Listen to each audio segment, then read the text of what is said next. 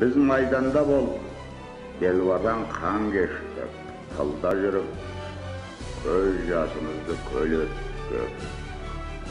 Күн түн демей еңбек етіп, жеңіс үшін тер төктік. Осының бәрін біз тарих алдында, отан алдында, адамгершілік, намыс алдында ақ ниетпен азаматтық борышымызды өтеу үшін істедік.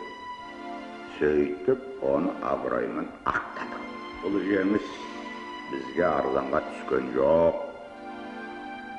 Ел дегенде еңіреген ерлеріміздің қан майданда құрбан болғандар аз емес.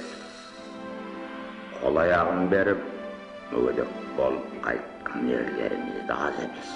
Ұлы отан, туған елім, туған жерім, ұлы отан соғысының жалынына шарпылмаған біздің елде бір семей жоқ. Айдос қызы Камила Талдықорған қаласының номер 15 орта мектебінің 5 Б сынып оқушысы. Ерлігі мәңгі өшпейді. Шлетов Садырбай 1905 жылы қазіргі Алматы облысы Талдықорған қаласы Еңбек ауылында дүниеге келген.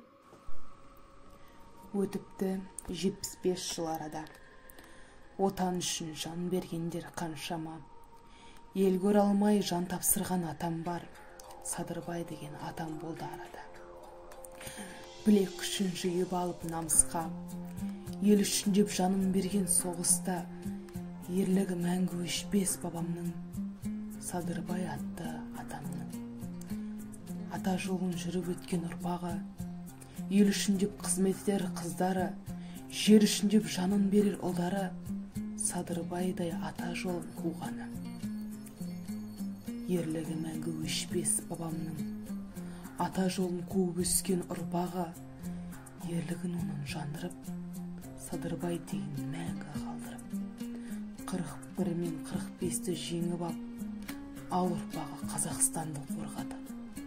Осылай ұрпақтары жолын оның жалғады.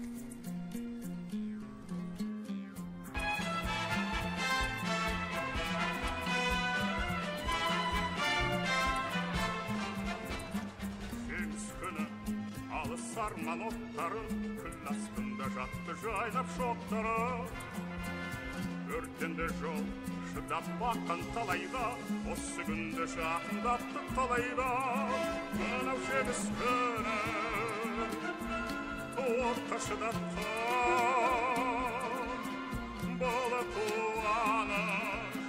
Міне, осылай батырларым жеңіске жетті.